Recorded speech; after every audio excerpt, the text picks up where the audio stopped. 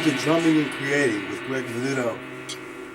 It's the third segment, and I want to start off with it's not cosmology, but it's a pretty heavy subject. Soloing, filling. There's a lot of gray areas in it, but one thing I can tell you, and it's only my experience. I share with you my experience in drumming. I've been doing it a long time. I play all kinds of music, and I love all kinds of drummers and music, and the most important thing you can do with creating is, of course, listening and starting to put that in your life. All the greats have said it, and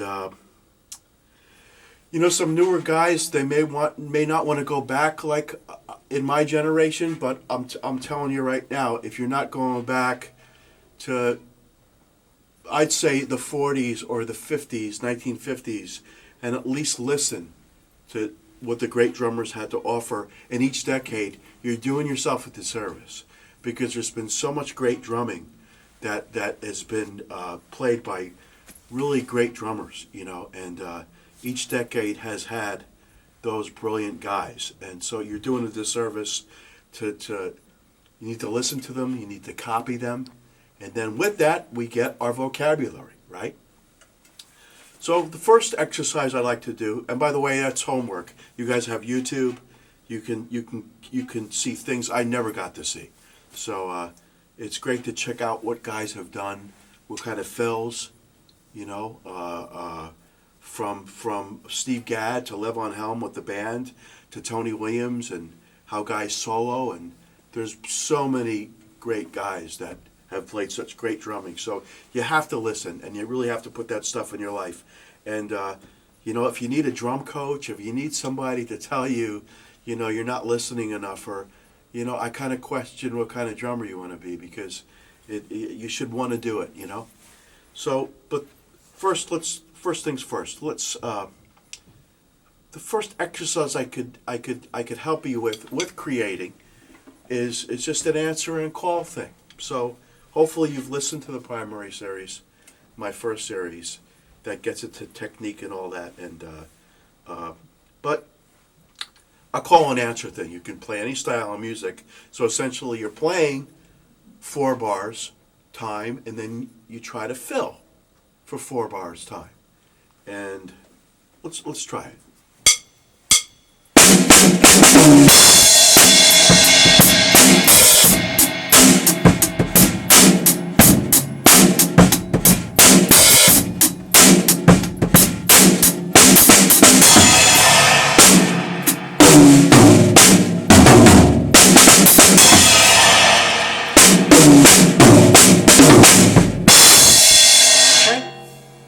Try something else.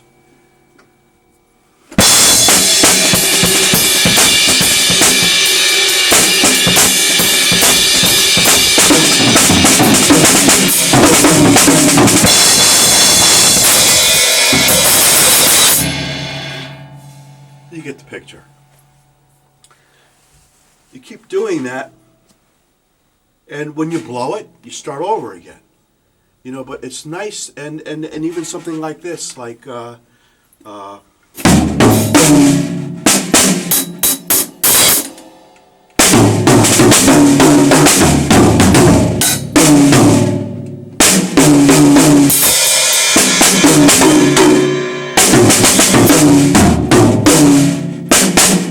kind of thing. Anything you want to come up with, some kind of figure, some kind of little theme, and then to not get bored, and I'm going through this stuff really fast, but it's little things to help you, Another thing that I remember growing up, some kind of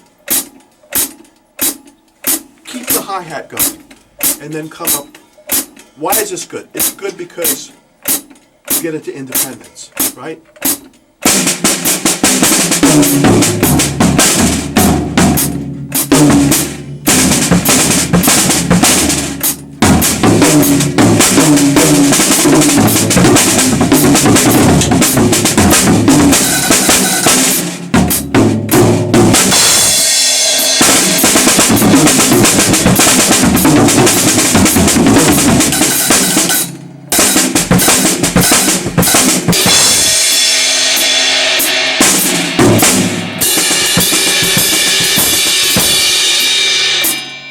See? Little things. And what happens is, these little exercises, as well as listening, you start developing some kind of vocabulary. You know, we have our quarter notes, eighth notes, 16th notes, 32nd notes, 64ths. We have groupings. It's endless. The combinations are endless. And you start getting a vocabulary. So, like all the stuff I've done tonight, I have not thought about anything that I was going to do, which you can do too. You can have set. God knows the heavy metal drummers and the death metal guys have pretty much worked out stuff, right? But everything I've done tonight has been at the top of my head because I know where I'm going in a nanosecond. But by doing this kind of stuff, especially the last exercise, keeping something going, you get into stuff like this eventually.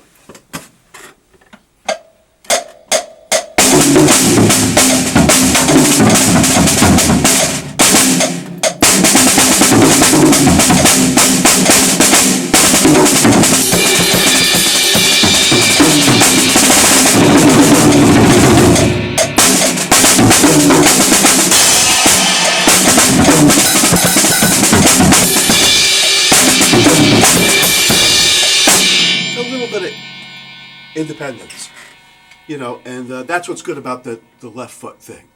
So, and then of course we have the double bass drum. That's a whole other thing, you know, and there's so much to work on. There's so much to do, but you gotta want to do it, you know, and you start creating all this beautiful stuff that we can create on the drums. Okay, so that's a nice little third segment, nice and quick, and keep on playing, baby. All right!